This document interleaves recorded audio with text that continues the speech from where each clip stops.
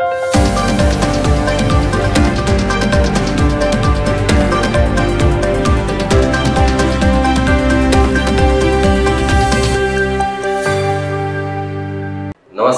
शंखनाद न्यूज चॅनलच्या या विशेष वृत्त विश्लेषणाच्या कार्यक्रमात आपलं सगळ्यांचं स्वागत।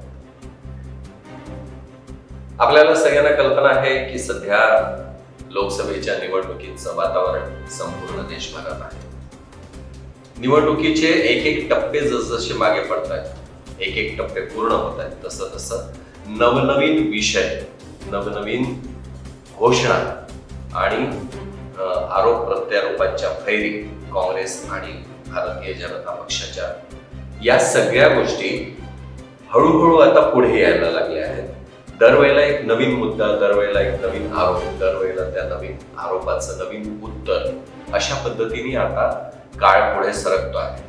पण गेल्या 2 दिवसांच्या काळामध्ये ज्या घडामोडी भारतीय राजकारणाच्या परिघामध्ये घडत आहेत त्याचे परिणाम निवडणुकीमध्ये दिसतील का, त्याचे परिणाम मतदानातून, मतांच्या संख्येतून उमटतील का, असा प्रश्न पडावा अशी स्थिती आहे। एकतर मुस्लिमांना आरक्षण हा जो विषय आता चर्चेला येतो आहे त्याचे काय पडसाद भारतीय राजकारणात, भारतीय समाजकारणात उमटतील हे बघणं अतिशय महत्वाचं ठरणार आहे।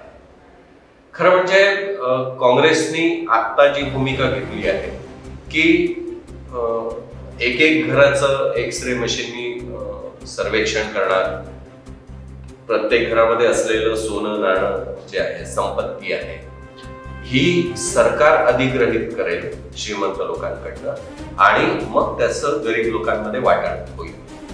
मग आता हे गरीब कोण, तर काँग्रेसने जी अधिकृत घोषणा केली आहे त्याच्यामध्ये SC, ST, OBC आणि मायनॉरिटी हे शब्दप्रयोग काँग्रेस जाणीवपूर्वक करते आहे, कारण याचा सरळ सरळ संदर्भ आपल्या देशामध्ये मायनॉरिटीमध्ये खरं म्हणजे भरपूर लोक सहभागी होतात, समाविष्ट होतात त्या कॅटेगरीमध्ये।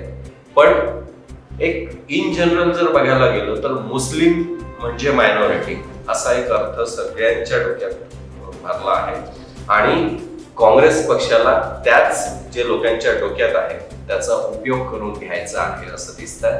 कारण काँग्रेसने पुन्हा एकदा हा मुद्दा, विशेषतः काँग्रेसचे नेते राहुल गांधी यांनी या निवडणुकीच्या भाषणांमध्ये, प्रचारादरम्यान हा मुद्दा पुन्हा एकदा उपस्थित केला आहे। काँग्रेसच्या जाहीरनाम्यामध्ये सुद्धा याचा उल्लेख आहे की श्रीमंत लोकांकडनं संपत्ती अधिग्रहित करायची आणि त्याचं गरिबांमध्ये वाटप करायचं। तर काँग्रेसने सरळ सरळ SC, ST, OBC आणि त्याला मायनॉरिटी हा शब्द जोडून आम्ही मुस्लिमांना सुद्धा या संपत्तीचा लाभ मिळवून देऊ हे सांगण्याचा प्रयत्न केला आहे। हे सांगत असताना नेमकं काँग्रेसला त्याच्यातून काय लाभ मिळवायचा आहे, काय त्याच्यातून प्रतिसाद मुस्लिमांकडून मिळवायचा आहे हे तर स्पष्ट आहे आणि त्याच दृष्टीने काँग्रेसचा हा जाहीरनामा आणि संपत्ती अधिग्रहित करण्याची जी गोष्ट केली जात आहे त्याचा अर्थ काढला जातो आहे। तिकडे सॅम पित्रोदांनी अमेरिकेमध्ये केलेल्या भाषणांमधून याला पुन्हा एक पाठिंबा देण्याचा प्रयत्न केला आहे, कारण अमेरिकेमध्ये एक नियम आहे की एखादी व्यक्ती मृत पावली तर त्याच्या एकूण संपत्तीतली 55% संपत्ती अमेरिकन सरकार ताब्यात घेतं आणि उरलेली 45% संपत्ती त्या मृत व्यक्तीच्या वारसांना दिली जाते आणि 55% संपत्ती ही सरकारची संपत्ती होते। तर असे कायदे जगभरात अस्तित्वात आहे असं सांगण्याचा प्रयत्न सॅम पित्रोदांनी केला।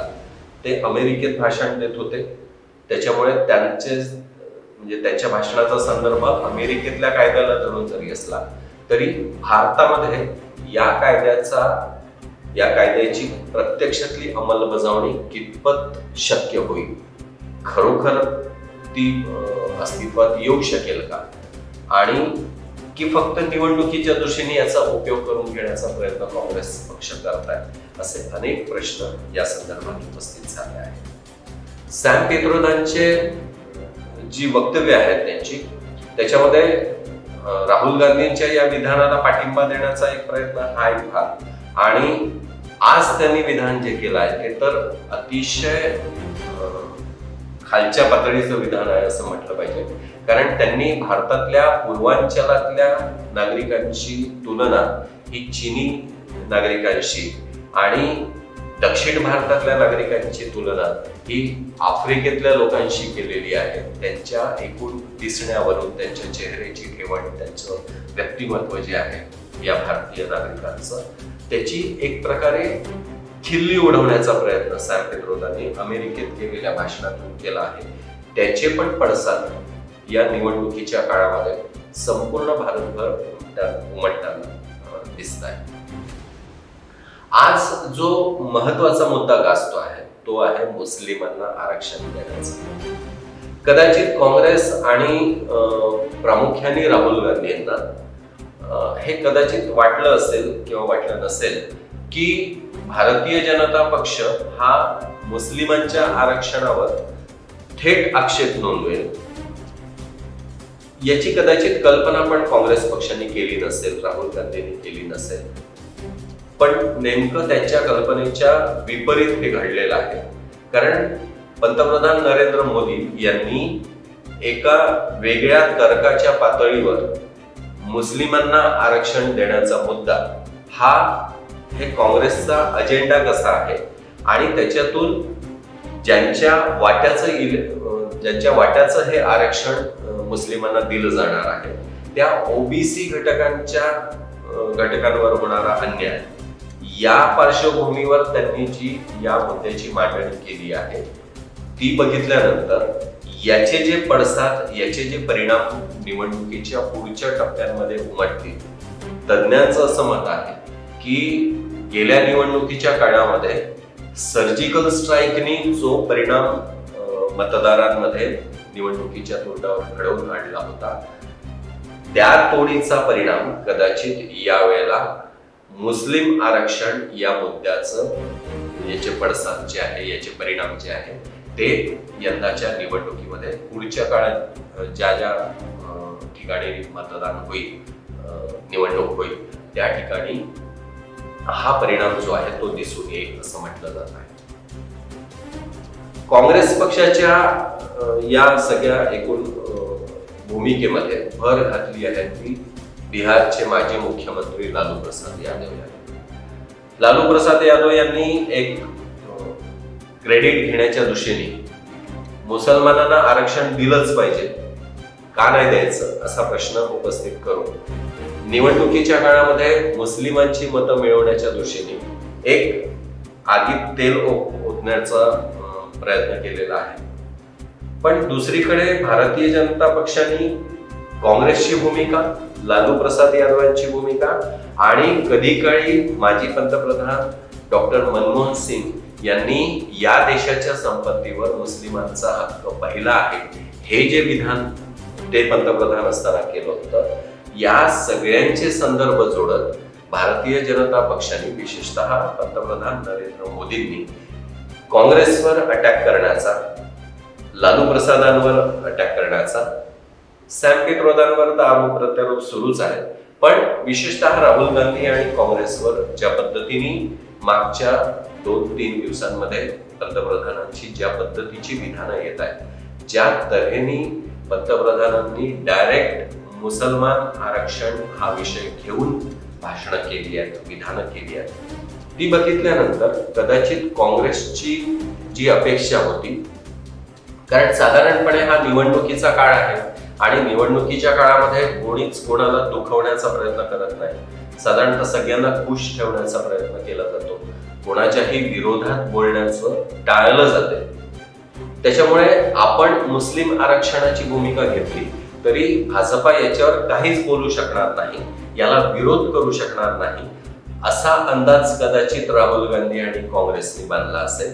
पण पंतप्रधान नरेंद्र मोदी यांनी या मुद्द्यावरून काँग्रेसला एका अर्थाने धुवून काढलेलं आणि दुसरीकडे त्यांना माओवादी ठरवण्यापासून, कारण श्रीमंतांचं लुटायचं आणि गरिबांना दान करायचं हा माओवादाचा सिद्धांत आहे. तर त्याच्यामुळे मोदींनी काँग्रेसला माओवादी ठरवलं. माओवादी आपल्या संपूर्ण देशामध्ये माओवाद्यांचा संबंध थेट नक्षलवाद्यांशी जोडला जातो आणि एकूणच त्या सिद्धांताची जी कार्यपद्धती आहे, त्या सिद्धांताचं जे म्हणणं आहे ते हेच आहे की श्रीमंतांकडनं घ्यायचं आणि गरिबांना दान करायचं. आज काँग्रेस पक्ष, राहुल गांधी तीच भाषा बोलतात. त्याच्यामुळे त्यांच्यावर थेट माओवादी विचारांचं वहन करण्याचा एक आरोप झाला.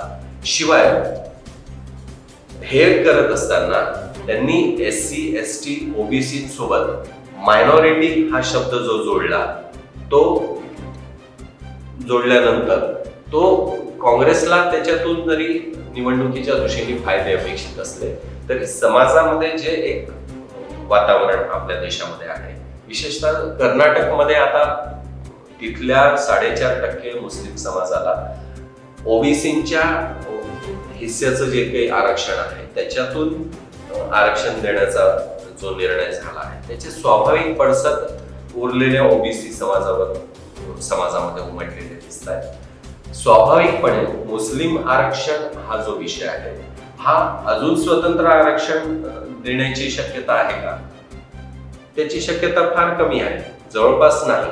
त्याच्यामुळे आहे त्या व्यवस्थेतून एक नवीन आरक्षण दिलं जाणार आहे आणि प्रामुख्याने हे जे आरक्षण आहे हे ओबीसीचं जे आरक्षण आहे त्याच्यातून हा देण्याचा प्रयत्न होईल. तर त्याला एक स्वाभाविकपणे समाजामध्ये विरोध होण्याची शक्यता आहे. पण आता निवडणुकीच्या काळामध्ये याचे फार त्याची चर्चा, आताची चर्चा होते ती फक्त मुस्लिमांना आरक्षण देणे एवढाच एक विषय येतो आहे. तो कुठल्या कोट्यातून दिलं जाईल, कोणाचा हिस्सा कमी होईल आणि कोणाच्या वाट्याचं आरक्षण मुस्लिमांना दिलं जाईल हे काही कोणीच सांगत नाही, कोणीच बोलत नाही आहे. पण हे हळूहळू जेव्हा प्रत्यक्षात येईल तेव्हा याची चर्चा होईल, मग त्याचं समर्थन आणि विरोध ही भूमिका सुरू होईल. पण आज जे आहे आजचा मुद्दा हा फक्त आणि फक्त राजकारणाचा आहे. त्याच्यामुळे आज मुस्लिम आरक्षण जाहीर करून श्रीमंतांची संपत्ती लुटून गरिबांना देण्याची घोषणा करून एकीकडे गरिबांचा, दुसरीकडे मायनॉरिटी म्हणजे मुस्लिमांचा काँग्रेसच्या दृष्टीने त्यांच्या मतांचा लाभ घेण्याच्या दृष्टीने प्रयत्न करणे हा जो भाग काँग्रेसने सुरू केला आहे त्याला थेट डायरेक्ट उत्तर देण्याचं आणि काँग्रेसला मुस्लिमांना सगळ्या प्रकारचं आरक्षण देण्यासाठी धडपडायचं आहे. हे जे विधान मोदींनी केलं आहे त्याच्यातून त्या आरक्षणाला तात्विकदृष्ट्या विरोध हा एक मुद्दा, याच्यातून हिंदू आणि मुस्लिम सरळ डिव्हिजन हा एक मुद्दा आणि हे आरक्षण देऊन काँग्रेस मुस्लिमांची बाजू घेत आहे, त्यांना लाभ देण्याचा प्रयत्न करत आहे, त्याच्यातून मतं मिळवण्याचा प्रयत्न करत आहे हे सांगण्याचा प्रयत्न. या सगळ्या गोष्टींचे एक जे सामाजिक स्तरावर जी एक चर्चा होईल, त्याचे जे काही परिणाम होतील, त्याचे जे पडसाद उमटतील, त्याचे मतदानावर त्याचा काय परिणाम होईल हे बघणं अतिशय महत्त्वाचं ठरणार आहे. आणि मी आत्ता सांगितल्याप्रमाणे आपल्या समाजातले जे अभ्यासक आहेत, तज्ज्ञ आहेत, ते असं म्हणतात की या मुद्द्याचा जो परिणाम आहे हा येत्या काळात, याला जोड सॅम पित्रोदांच्या बोलण्याची पण, की त्यांनी भारतातल्या पूर्वांचलातल्या लोकांना चीनी चेहऱ्याचे लोक म्हणणं आणि दक्षिण भारतातल्या लोकांना आफ्रिकन लोक ठरवणं, या सगळ्या गोष्टींचे जे परिणाम पुढच्या काळामध्ये, येत्या काळामध्ये दिसणार आहे हे मतदानातून, मतपेटीतून, EVM मशीनमधून उमटलेले दिसतील. आणि म्हणूनच याची तुलना जी आहे ती सर्जिकल स्ट्राईकचा जो परिणाम झाला होता त्या परिणामांशी केली जात आहे. आजचं हे विश्लेषण इथेच थांबवूया. मी सुनील कुहीकर आपलं सगळ्यांचं पुन्हा एकदा आपल्याला धन्यवाद देतो. नमस्कार.